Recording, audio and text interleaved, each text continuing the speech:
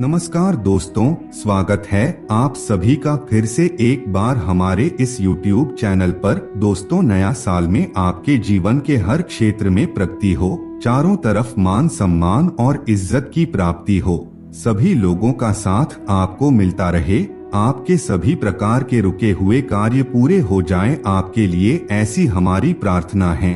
तो दोस्तों, साल 2023 का जो अंक बन रहा है वह 7 है, यानी कि साल 2023 का मूलांक 7 बन रहा है। इस मूलांक का स्वामी ग्रह केतु होता है, यानी कि साल 2023 में केतु का प्रभाव अन्य ग्रहों की तुलना में सबसे ज्यादा देखने को मिलेगा। तो दोस्तों, ज्योतिष शास्त्र के मुताबिक केतु के अच्छे परिणाम प्राप्त करने के लिए और बुरे प्रभावों से बचने के लिए कौन कौन से प्रयोग हमें अवश्य करना चाहिए, इसके बारे में आज के इस वीडियो में हम आपको बताने वाले हैं, जिससे साल 2023 आपके लिए मंगलमय और समृद्धिदायक साबित हो।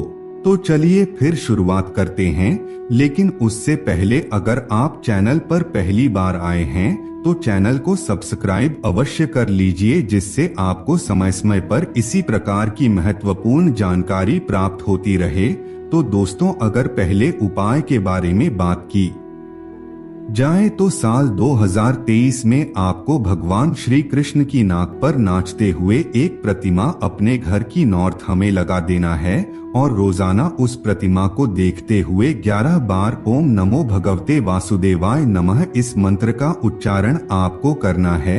ऐसा करने मात्र से ही दोस्तों आपके जीवन में साल 2023 के सभी प्रकार के दुष्प्रभाव नष्ट हो जाएंगे और सुख समृद्धि वैभव की प्राप्ति आपको होगी। दोस्तों, अगर साल 2023 की दूसरी उपाय के बारे में बात की जाए तो आपको भैरव जी की पूजा अवश्य करना है और साथ ही साथ एक नियम बना लेना है कि जितना ज्यादा हो सके रविवार के दिन भैरव जी के मंदिर में जाकर के प्रसाद चढ़ाएंगे। इसके अलावा आप भैरव बाबा के मंत्र का उच्चारण भी कर सकते हैं। अगर मंत्र उच्चारण नहीं कर सकते तो आप भैरव चालीसा का पाठ करें। अगर तीसरे उपाय के बारे में बात की जाए तो दोस्तों आपको नियमित रूप से अपने दुर्भाग्य को दूर करने के लिए कुत्ते को रोटी अवश्य खिलाना चाहिए। इसके साथ ही गाय को हरा चारा खिलाइए, इससे केतु ग्रह शांत होता है और इस प्रयोग को करते ही आपके घर में सुख समृद्धि बनी रहती है। दोस्तों, साल 2023 के चौथे उपाय के बारे में बात की जाए तो आपको नियमित रूप से नींबू, आंवला, चाकू, सप्तधान और 3 इन चीजों का दान अवश्य करना है और हो सके तो 15 जनवरी से पहले तक इन चीजों का दान कर दीजिए। सभी प्रकार की बाधाओं से आपको मुक्ति मिल जाएगी। इसके साथ ही दोस्तों, अगर आप नियमित रूप से मंगलवार के दिन 8 कोयले का टुकड़ा जल में प्रवाहित करते हैं तो इससे आप अपने साल को और भी ज्यादा भाग्यशाली बना सकते हैं। इसके साथ ही आपको शनिवार के दिन किसी कोढ़ी व्यक्ति को या फिर नेत्रहीन व्यक्ति को वस्त्र का दान अवश्य यह करना चाहिए। दोस्तों, अगर आपकी कोई मनोकामना है जो लंबे समय से पूर्ण नहीं हो रही है तो दोस्तों ऐसे में शनिवार के दिन आटे के अंदर चीनी का बुरादा मिलाकर के चींटियों के पास रख दीजिए। इससे आपकी मनोकामना पूरी हो जाएगी और आप अपने करियर में तेजी से तरक्की करते हुए आगे बढ़ेंगे। दोस्तों, अगर आप अपने बिजनेस में तेजी से तरक्की करना चाहते हैं तो आपको एक अश्वगंधा का पौधा किसी मंदिर के परिसर में जाकर के अवश्य लगाना चाहिए। दोस्तों, अगर आप अपने जीवन में सुख शांति और प्रेम प्राप्त करना चाहते हैं तो इस साल आपको किसी गरीब व्यक्ति को भूरे रंग का वस्त्र अवश्य दान करना चाहिए। दोस्तों, साल का पहला महीना जिसके अंदर एक बहुत बड़ी संक्रांति जिसे मकर संक्रांति के नाम से जाना जाता है वह 14 जनवरी को देखने को मिलेगी। अगर आप इस दिन काले तिल का दान करते हैं तो यह साल आपके लिए भाग्यवर्धक साबित होगा। अगर आप इस साल किसी मंदिर में जाकर के एक लाल रंग का झंडा अपने हाथों से लगा देते हैं तो इससे आपके रुके हुए भाग्य की गति बढ़ जाती है। आपके सभी प्रकार के कार्य देखते ही देखते बनने लगेंगे और आपको अपने करियर में तेजी से तरक्की प्राप्त होगी। दोस्तों, जब केतु सूर्य और चंद्रमा के साथ होता है तो ग्रहण दोष बनाता है। ठीक इसी प्रकार से जब केतु मंगल ग्रह के साथ होता है तो यह अंगारक दोष का निर्माण करता है।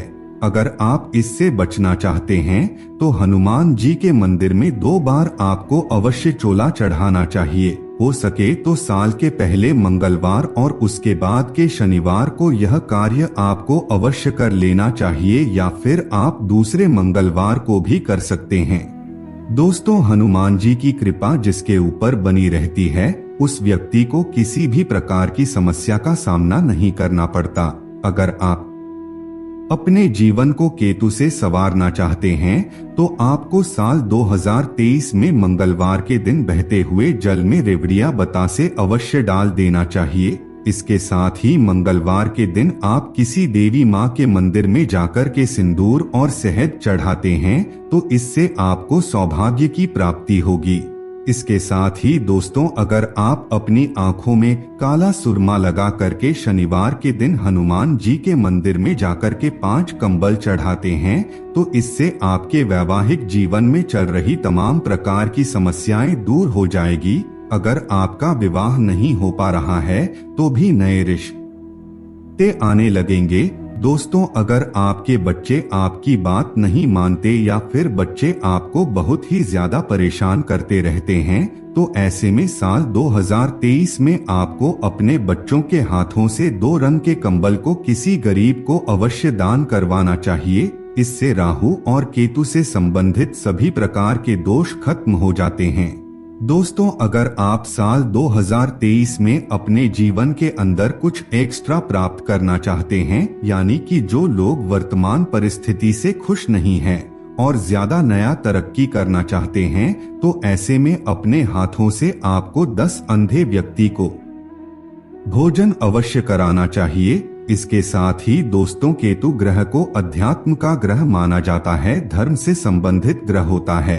ऐसे में साल 2023 में केतु को बलवान बनाने के लिए, उसका अच्छा लाभ प्राप्त करने के लिए साधु संत सन्यासियों की सेवा आपको अवश्य करनी चाहिए।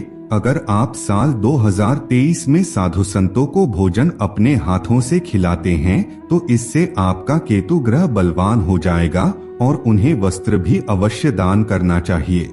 इसके साथ ही दोस्तों, जीवन के कष्टों को दूर करने के लिए शनिवार के दिन रात को सोने से पहले अपने सिरहाने पर 1 लोटा जल रख लीजिए और सुबह रविवार के दिन उसे किसी वृक्ष की जड़ में जाकर के डाल दीजिए। इससे सभी प्रकार की नेगेटिव एनर्जी खत्म हो जाएगी।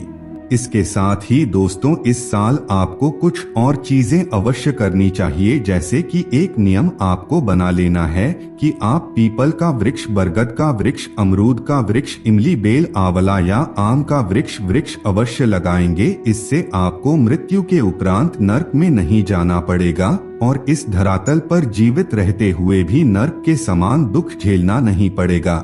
इससे सभी प्रकार के ग्रह दोष खत्म हो जाते हैं। तो मित्रों, आज के लिए बस इतना ही। फिर मुलाकात होगी एक नए और ताजा एपिसोड में। तब तक के लिए नमस्कार।